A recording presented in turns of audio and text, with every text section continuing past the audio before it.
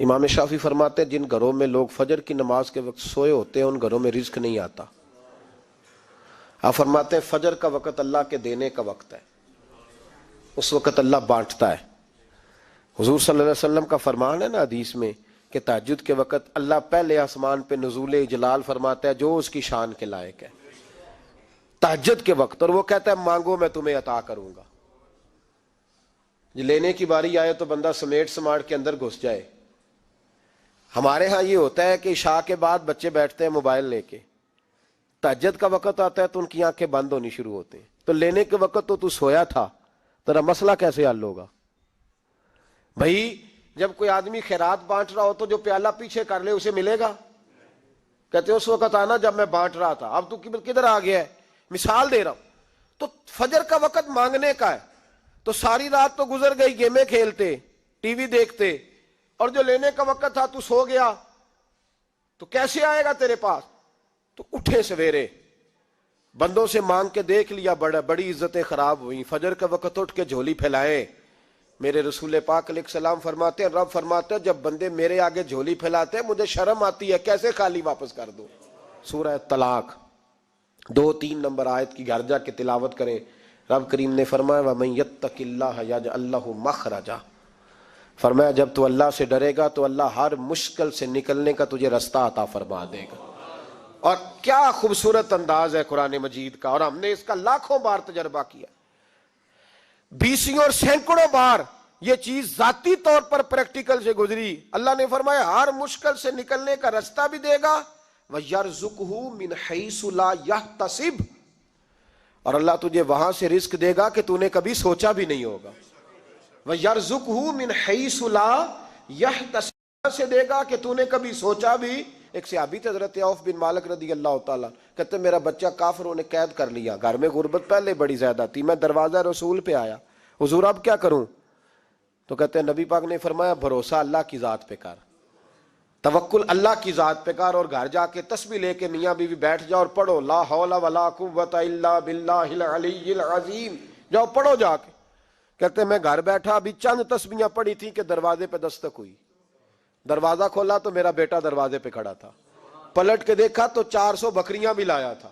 اور میں نے کہا بیٹا یہ کیسے آ گئی؟ کہنے لگے ابا جی مجھے ایک حویلی میں کافروں نے قید کیا ہوا تھا، میں بڑا پریشان تھا، لیکن ابھی تھوڑا دیر پہلے پتہ نہیں کیا ہوا ہے، میں نے یوں ہاتھ لایا تو رسیاں کھل گئی، باہر نکلا ہوں تو 2-3 بندوں پہ نیند کا ایسا غلبہ تھا کہ بے ہوش ہو کے گرے ہوئے تھے، 400 بکریاں بھی تھی، میں نے دروازہ کھولا، بکریاں میرے ساتھ دوڑنے لگ گئی ہیں، تو میں 400 بکری بھی لے آیا ہوں، پلٹ پلٹ کے دیکھتا رہا ہوں، پر میلوں کا سفر ہوا وہ آئے ہی نہیں۔ تو والد کہنے لگے بیٹا چلو پہلے مصطفیٰ کریم سے جا کے پوچھ لے، دیکھیں کیسے مالی مسئلے حل ہوتے ہیں، حضور سے جا کے پوچھیں کہ ہمارے لیے جائز بھی ہے کہ نہیں۔ کہتے ہیں دروازہ رسول پہ جا کے ہم کھڑے ہی ہوئے تھے کہ نبی پاک نے فرمایا دیکھا رب کریم کا فضل، دیکھا، فرمایا تیرا بیٹا بھی آ گیا، تیری غربت کا بھی حل ہو گیا ہے، یہ کافر کا مال ہے، اسے مال غنیمت سمجھ کے استعمال کر، تیرا ہی ہے۔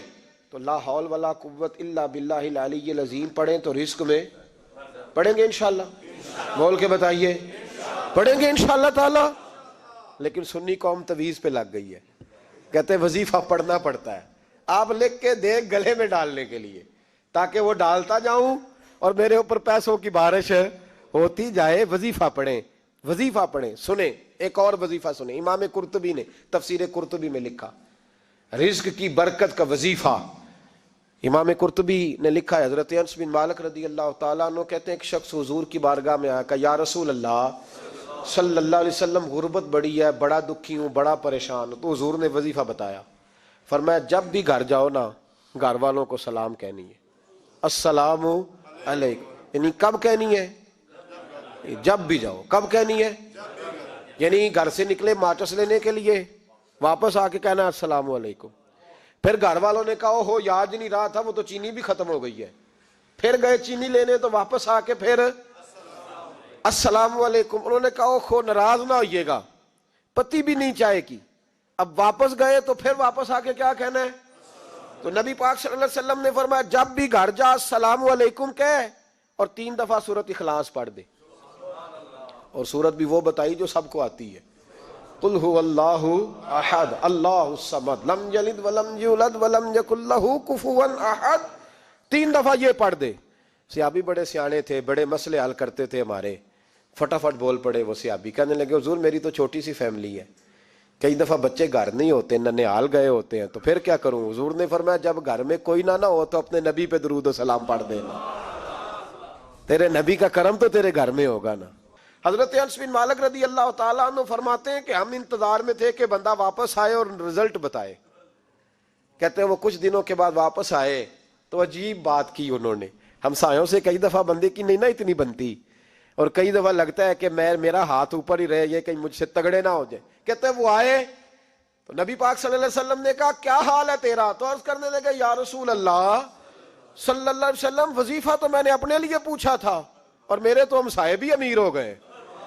حضور وہ تو میں نے اپنے لیے پوچھا تھا اور میرے دائیں بائیں والے لوگوں کو بڑی برکت ہوئی ہے.